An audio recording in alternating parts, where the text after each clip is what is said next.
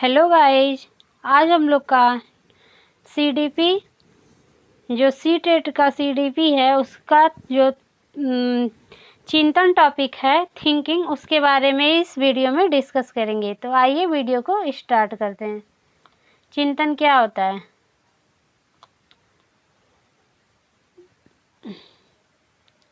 तो जो थिंकिंग होता है, चिंतन, किसी भी समस्या का समाधान करने के लिए हमारे मन में जो भी विचार उत्पन्न होते हैं वही विचार चिंतन कहलाते हैं। और चिंतन का आरंभ समस्या उत्पन्न होने पर होता है तथा समस्या समाधान होने तक चलता है। अर्थात हम लोग कह सकते हैं अपनी लैंग्वेज में कि कोई भी समस्या का समाधान करने के लिए हम अपने मन में जो भी विचार सोचते हैं या फिर जो भी विचार उत्पन्न होता है उसी को थिंकिंग या फिर चिंतन कहते हैं। और चिंतन का आरंभ जब समस्या आती है तो चिंतन आरंभ हो जाता है और समस्या समाधान तक वो चिंतन चलता रहता है, चिंतन होता रहता है। तो उसी को चिंतन या फिर थिंकिंग कहते हैं। आइए जान लेते हैं चिंतन के प्रकार, टाइप ऑफ थिंकिंग। तो स्वर्णिम चिंतन होता है और यथार्थवादी चिंतन होता है। तो जो स्वर्णिम चिंतन होता है, ऐसी कल्पना जिसका कोई वास्तविक स्वरूप न होकर के स्वलीन चिंतन होता है।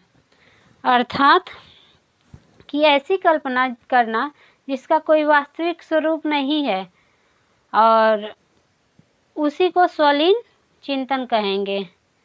अर्थात इसको कहा जा सकता है स्वयं में लीन रहना, उसी को स्वलीन चिंतन।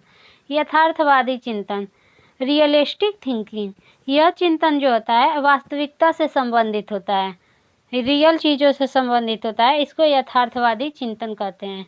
तो चिंतन के दो प्रकार हो गए, स्वलीन चिंतन और यथार्थवादी चिंतन। तो जो स्वलीन चिंतन होता है वो स्वयं में लीन रहना होता है, अर्थात ऐसी कल्पना जिसका कोई वास्तविक स्वरूप न हो उसी को स्वलीन चिंतन कहते हैं।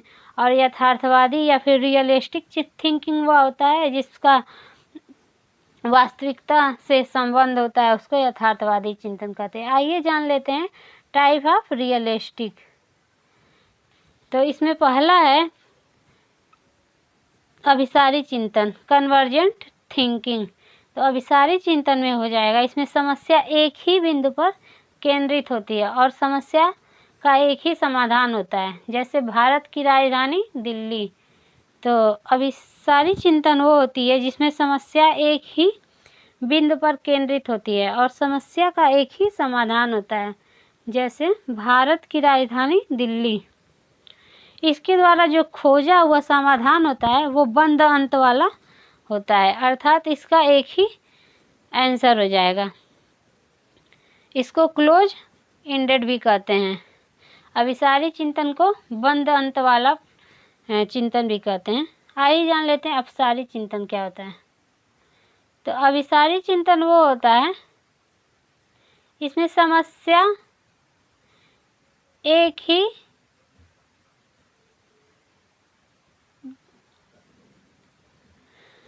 आइए जान लेते हैं अपसारी चिंतन या डाइवर्जेंट थिंकिंग क्या होता है। तो अपसारी चिंतन या फिर डाइवर्जेंट थिंकिंग जो होता है, इसमें समस्याएं एक ही बिंदु पर केंद्रित नहीं होती हैं, बल्कि ये इसमें समस्या को कल्पना एवं शक्ति एवं सृजनात्मकता का प्रयोग करके कई प्रकार से हल किया जा सकता है। जैसे अगर दिल्ली की विशेषताओं का वर्णन करने के लिए कहा जाएगा तो उसमें बहुत सारा वर्णन में आ जाएगा। तो यही कह रहा है कि इसमें समस्या एक ही बिंदु पर केंद्रित न होकर के बल्कि कल्पना शक्ति एवं सृजनात्मकता का प्रयोग करके कई प्रकार से इसका हल किया जा सकता है और इसके द्वारा जो खोजा गया समाधान रहेगा वो मुक्त अंत वाला या फिर ओपन एंडेड कहलाता है। आइए जान लेते हैं आलोचनात्मक चिंतन क्या होता है। तो आलोचनात्मक जो चिंतन होता है इसको क्रिटिकल थिंकिंग भी कहते हैं। गुण और दोषों को देखते हुए किसी बात को स्वीकार करना आलोचनात्मक चिंतन कहलाता है। तो ऐसा चिंतन करना जिसमें गुण और दोष दोनों को देखते हुए किसी बात को स्वीकार करना, इसी को आलोचनात्मक चिंतन कहलाता है। आइए जान लेते हैं कि चिंतन के प्रकार। तो जो चिंतन है इसके 4 प्रकार हैं। पहला है प्रत्यक्षात्मक चिंतन। तो प्रत्यक्षात्मक चिंतन या फिर इसको कॉन्क्रीट थिंकिंग या मूर्त चिंतन भी कहते हैं। तो जो चीज़ें दिखाई देती हैं उनके बारे में चिंतन करना उसको प्रत्यक्षात्मक चिंतन कहलाता है। और इस चिंतन या जो चिंतन होता है वो निम्न स्तर का होता है, अर्थात कोई चीज़ को देख करके उसके बारे में चिंतन करना उसी को प्रत्यक्षात्मक चिंतन या कॉन्क्रीट थिंकिंग या मूर्त थिंकिंग कहलाता है। और अगला है प्रत्यात्मक चिंतन। तो प्रत्यात्मक चिंतन या फिर एब्स्ट्रैक्ट थिंकिंग जो होता है वो अमूर्त होता है, अर्थात जो चीज़ें दिखाई नहीं देती है उसके बारे में चिंतन करना प्रत्यात्मक चिंतन कहलाता है।